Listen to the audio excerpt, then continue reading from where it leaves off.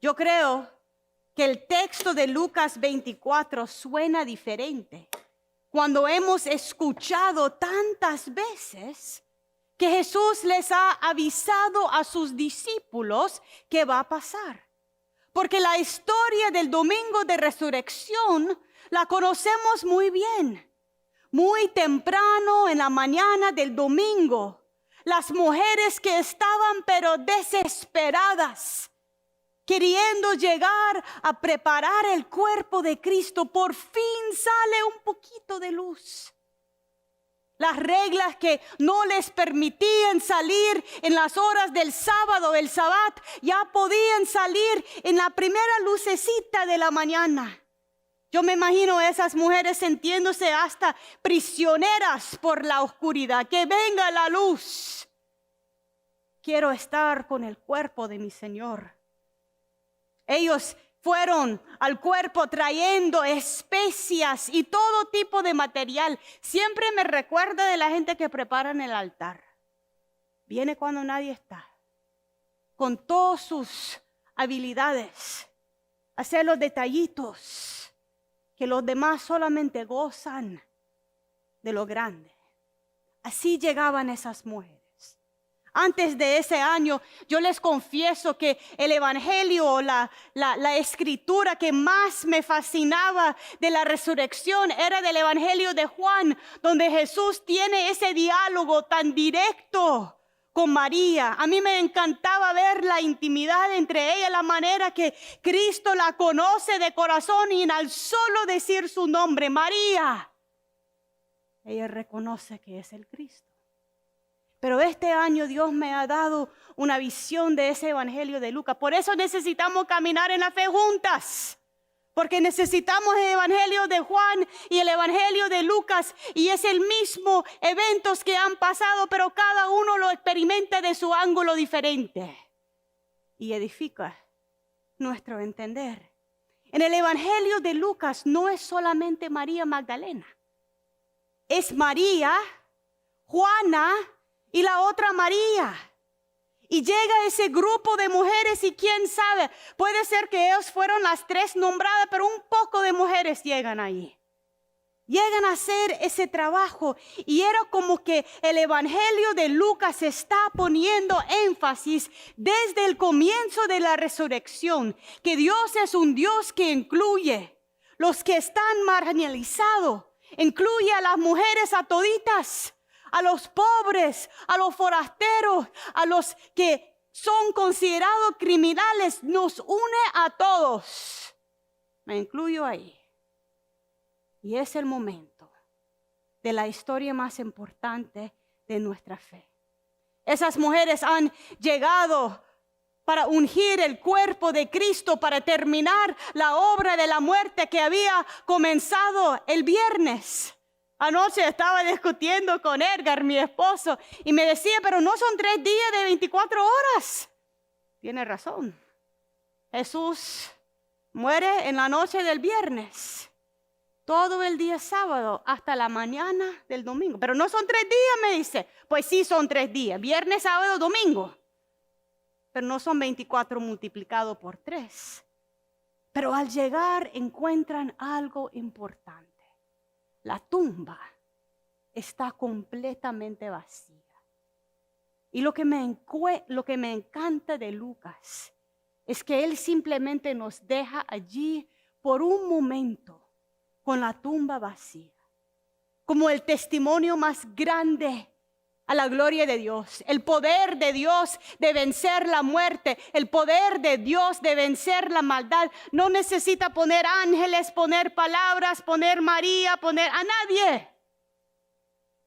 Simplemente la tumba vacía da un testimonio al hecho que Cristo ha resucitado, que la muerte no venció y que la maldad no tiene la última palabra. Es como que las promesas de Cristo que ha compartido en todo su ministerio ya no son mentiras. Ya no quedan con la esperanza no cumplida. El ministerio de Jesucristo fue vindicado. Él ha resucitado de la muerte. Ahí podemos terminar, ¿verdad? Ya, pastora, ya eso fue el sermón de la resurrección y cada quien a su casa. Levanta la mano si ha escuchado por lo menos 30 sermones de Pascua o de resurrección en tu vida. ¿Cuántas veces? Pastora, ¿cuántas han predicado usted? ¿Cuántas veces ha predicado del mismo texto? Eso es lo chistoso, ¿verdad? De la Navidad y de la resurrección. La historia no cambia porque no es una historia. Lo que cambia es la manera que el Espíritu de Dios fluye a través de nuestros corazones y nuestras mentes, trayéndonos a nosotros un entender más profundo. Y por todo lo bueno de esas mujeres, por todo lo que ellas habían experimentado, ellas no podían entender exactamente qué estaba pasando. Si vuelve al texto que está impreso en sus boletines, si vamos al verso 4, dice, mientras ellas se preguntaban qué podría haber pasado. O sea, uno quiere como sacudirle, pero hermana, no te acordás lo que dijo Jesús, ¿cómo que qué ha pasado? Él te ha dicho lo que ha pasado, pero en ese momento no se acordaba. Y en tu caminar en la fe y en la mía, cuando estamos enfrente de la muerte, cuando la injusticia nos presiona, cuando estamos teniendo dolores y incertidumbres, en ese momento muchas veces no nos acordamos. No nos acordamos. Dice el texto, llenas de miedo. ¿Cuántas veces te ha dado miedo cuando viene la injusticia, la muerte, la oscuridad? Por supuesto. Llenas de miedo, se inclinaron ocultando su rostro, pero los ángeles les dijeron a ellas, ¿por qué buscan entre los muertos al que vive? ¿Cuántas veces en tu vida estás buscando tu futuro en medio de todos tus errores del pasado? Y los ángeles te dicen, ¿por qué buscas al vivo entre los muertos? ¿Cuántas veces en nuestra vida estamos tan enfocados en lo que decimos hace años en la iglesia, en nuestra familia, en lo que sea, que no podemos tomar paso adelante porque estamos pegados atrás? No está aquí, dice. Ha resucitado. Acuérdense, levanta la mano y digan, acuérdense conmigo. Acuérdense cuando tienen miedo que servimos a un Dios resucitado. Acuérdense de lo que les dijo cuando aún estaba en Galilea. Aún cuando estaba en Galilea, ni siquiera había comenzado a caminar hacia Jerusalén. Estaba en Galilea. Y él mismo les dijo, es necesario que el Hijo del Hombre sea entregado en mano de hombres pecadores y que sea crucificado, pero al tercer día resucitará.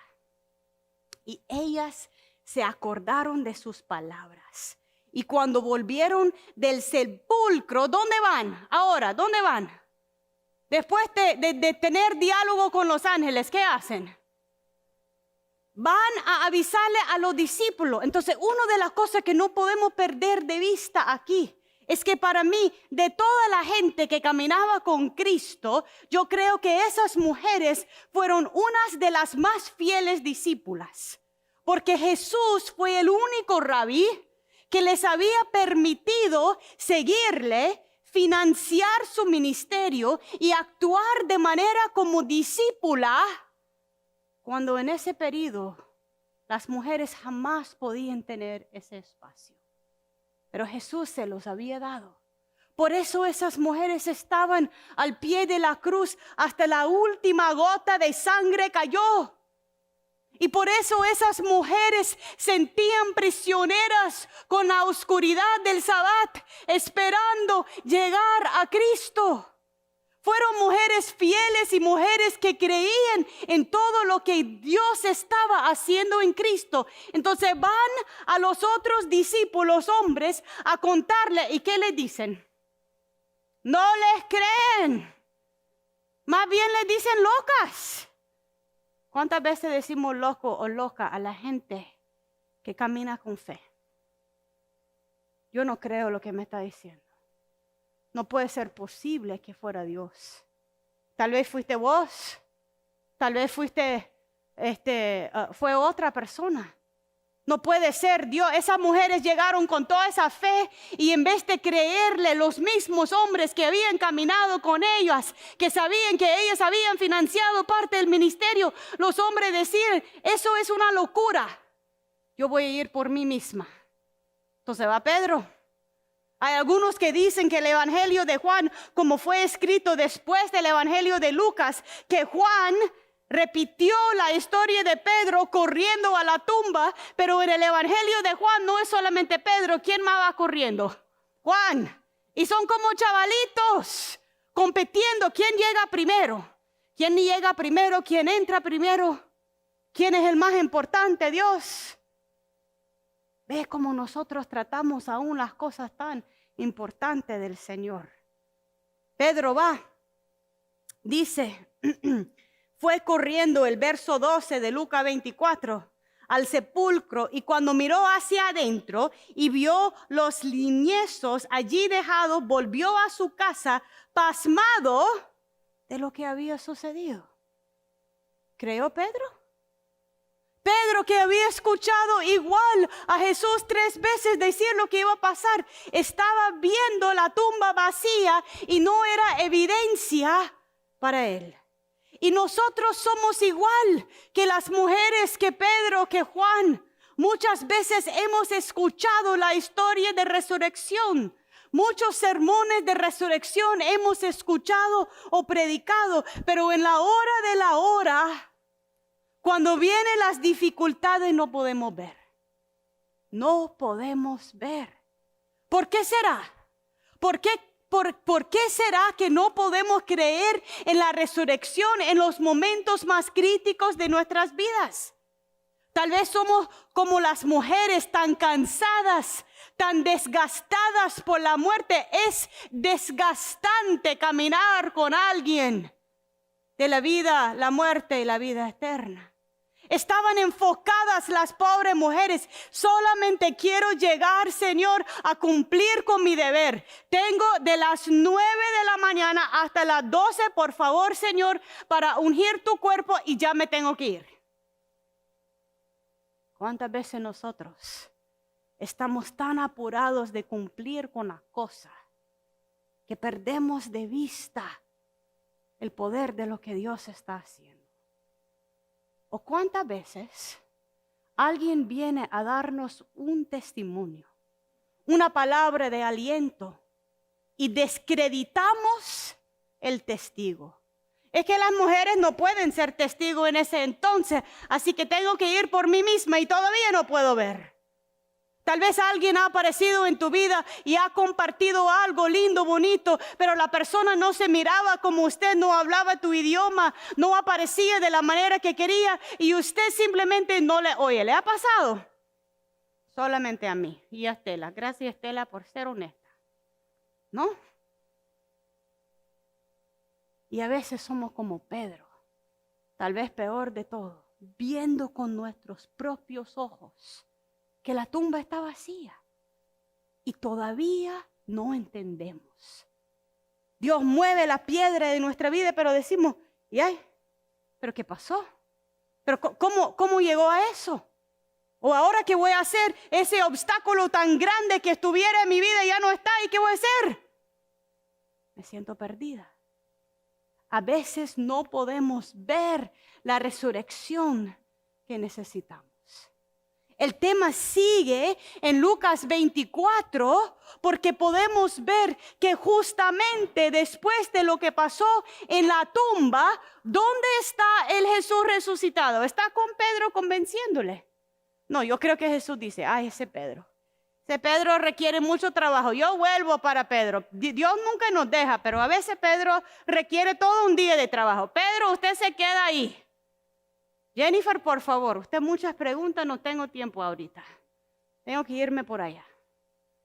Y Jesús va en el camino a Emaús a encontrar ni siquiera personas que son de los 11 discípulos que quedan. Lo que quiero decir con eso es que aún el Cristo resucitado no se queda quieto. anda en búsqueda de tu vida y la mía. Anda en búsqueda de tu fe y la mía, de tu creencia y la mía, de tu alma y la mía.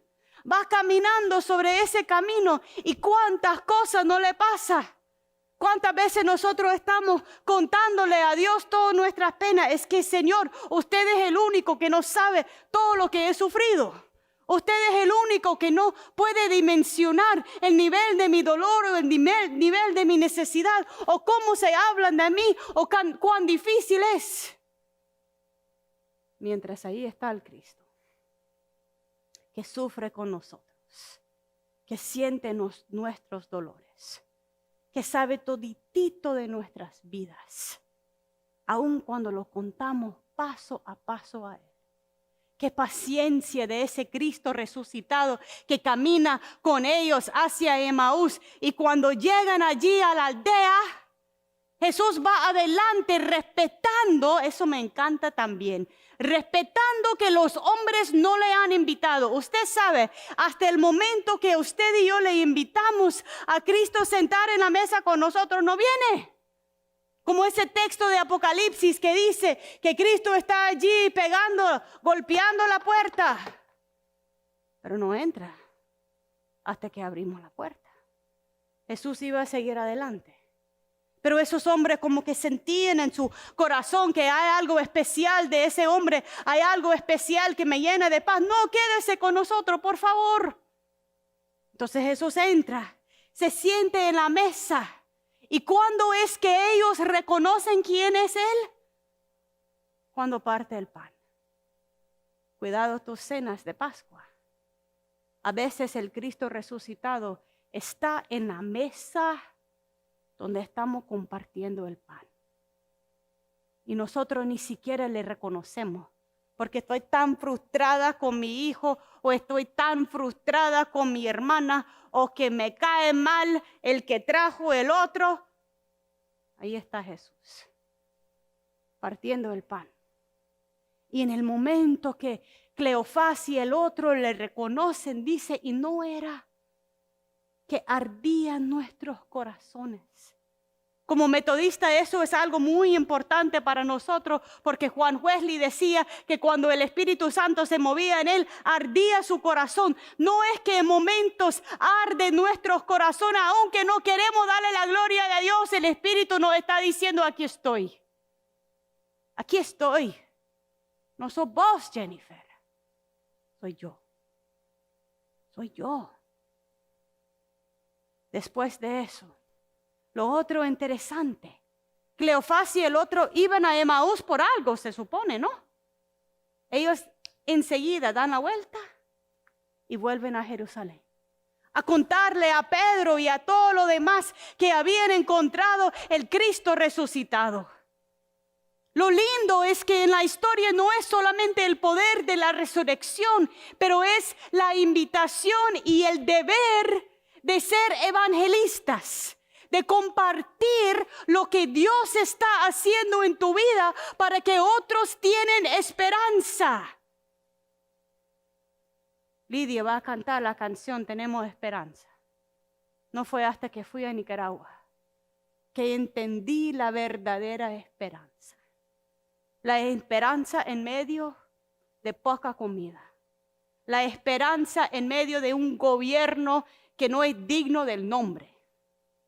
La esperanza en medio de años de sufrimiento, pero una esperanza. Doña Josefa Argueda Ruiz, que descanse en paz, me decía, yo con la arrogancia de ser una chavala blanca, ¿cómo puede tener fe? Y cómo no puedo, me dice, para seguir adelante.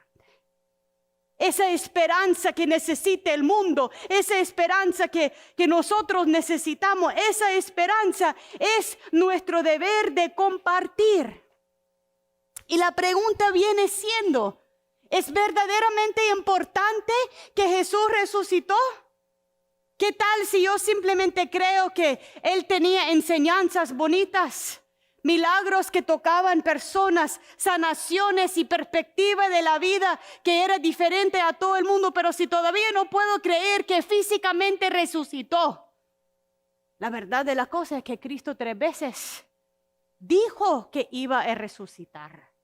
Entonces no es simplemente algo adicional. Es el centro de nuestra fe, que cuando el mundo quiere matar, Dios tiene la última palabra. Que cuando la maldad y el pecado nos agobia, cuando sentimos que no podemos salir, es el poder de Dios de levantarnos. Yo estoy segura que para cada uno de ustedes y para mí, hay espacios donde decimos, Señor, esta parte no sé cómo lo va a levantar. No sé, Señor. Parece tan muerto, tan cansado, tan desgastado. Pero si Él puede levantar a Cristo de la muerte, ¿qué no puede hacer en nuestras vidas? Algunos de ustedes saben que mi abuelo falleció ayer. Y eso honestamente ha cambiado todo el contexto de hoy día para mí. Mi abuelo falleció ayer después de 96 años.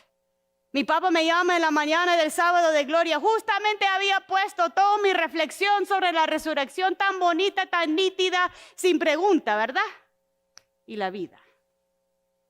Mi papi me llama. Ya tu abuelo no está con nosotros. No era esperado así de tanto. Mi papi es un hombre de muy pocas palabras. Yo le dije que le amo. Me dijo que me ama también y eso es todo. Pero desde esa llamada estaba pensando en su vida. Una de las cosas que se me venía a la mente de mi abuelo es que él fue magnífico en contar cuentos.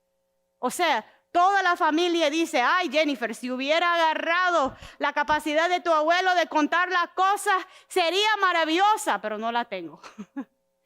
Mi abuelo le fascinaba la cacería. Yo sé que para algunos eso no es bueno, pero mi abuelo le fascinaba. Y yo de niña, mi cosa preferida de hacer en la mañana, en la madrugada, era meterme en la cama de mis abuelos. Mi abuelita ponía el cubierta encima de su cabeza. No me habla tan temprano. Y mi abuelo me contaba a contar las cosas. De acá, aquel venado que estaba en ese swampo, que no sé qué, que no sé cómo, que bueno, honestamente todas las historias son igual para mí. Pero para él cada uno era diferente. Y el poder de contar las historias. Cuando iba avanzando en edades, cambió su manera de contar las historias. Ya no ponía tanto detalle, tal vez no se acordaba de cada detalle, ¿verdad? Todavía mi primo cuenta, tenía 8 nietos. Y los 8 nietos, todos hombres, ya dicen, mi abuelo aún en los 75 años tenía más capacidad de caminar en el monte que nosotros.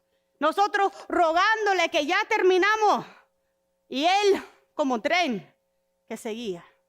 Pero sus historias cambiaron de detalles y luego de 75 y más comenzó a contar de otras cosas. Nunca me voy a olvidar el momento que tenía a mí y a Edgar y a nuestros 2 hijos. Y nos contó el momento que aceptó a Jesucristo. Él fue parte de las fuerzas navales. O sea, no nada de rango alto. Cuenta que estaba acostado en el gran barco. Parece como esto, viendo arriba, donde podía ver las costillas de todo el barco. Y había estado leyendo la Biblia. Creo que estaba leyendo Romanos. Y en eso sintió el movimiento del Espíritu de Dios y dedicó su vida a Él, sin un pastor, sin una comunidad, sin nada. Y él dijo que de allí adelante cambió todo.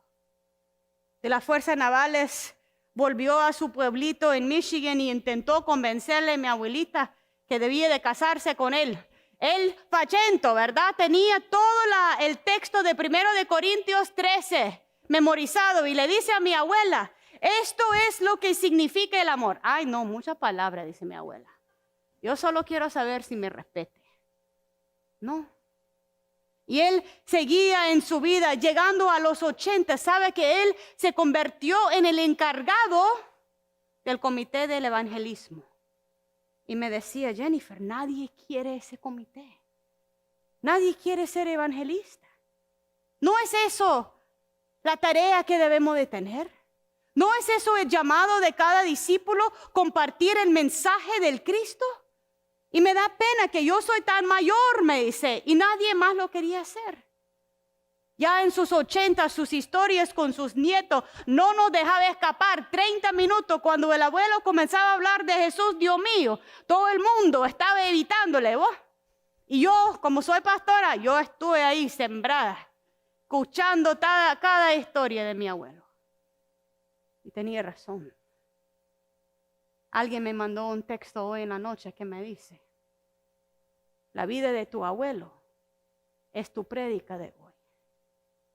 La vida de tu abuelo es tu prédica, no porque es perfecto, pero que es un hombre que ha creído en la resurrección, que ha compartido aún con su familia sus faltas, sus fallas y la manera que Cristo le ha cambiado. Y que ha dejado un legado de personas no perfectas que quieren seguir a Cristo. Concluyo con eso. Si Cristo había querido argumentar a todos los que decía que Él no era, Él pudiera haberse quedado en la tumba mostrando sus manos y argumentando que era verdad que Él resucitó.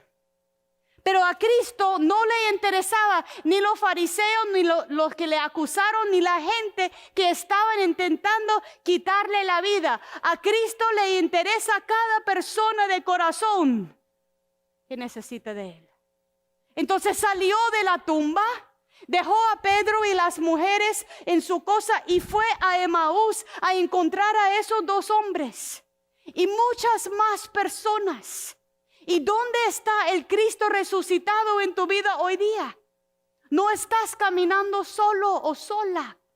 El Cristo está allí a tu par. Cuando le estás contando todo tu sufrimiento, Cristo dice, yo sé, lo siento en mi propia carne, porque soy un Dios de amor que me he encarnado para entender y salvarte. Entonces hoy día no es solamente la tumba vacía, pero es el Cristo resucitado apareciendo a cada uno de nosotros que nos lleva al entender que Cristo ha resucitado y que nosotros somos llamados a ser discípulos evangelistas que dan nuestra vida, que otros pueden tener esperanza. Este domingo de resurrección, comparte la esperanza.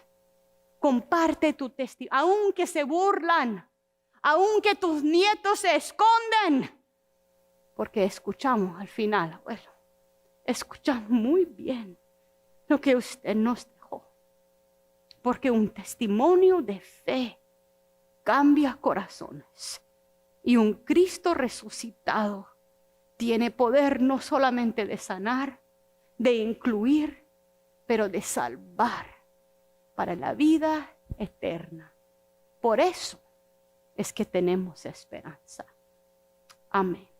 Porque Él entró en el mundo y en la historia, porque Él quebró el silencio y la agonía, porque Él llenó la tierra de su gloria, porque fue luz en nuestra noche fría. En un pesebre oscuro, porque vivió sembrando amor y vida, porque partió los corazones duros y levantó las almas abatidas. Por eso es que hoy tenemos esperanza, por eso es que hoy luchamos con porfía, por eso es que hoy miramos con confianza el porvenir en esta tierra mía. Por eso es que hoy tenemos esperanza, por eso es que hoy luchamos con porfía, por eso es que hoy miramos con confianza confianza el porvenir.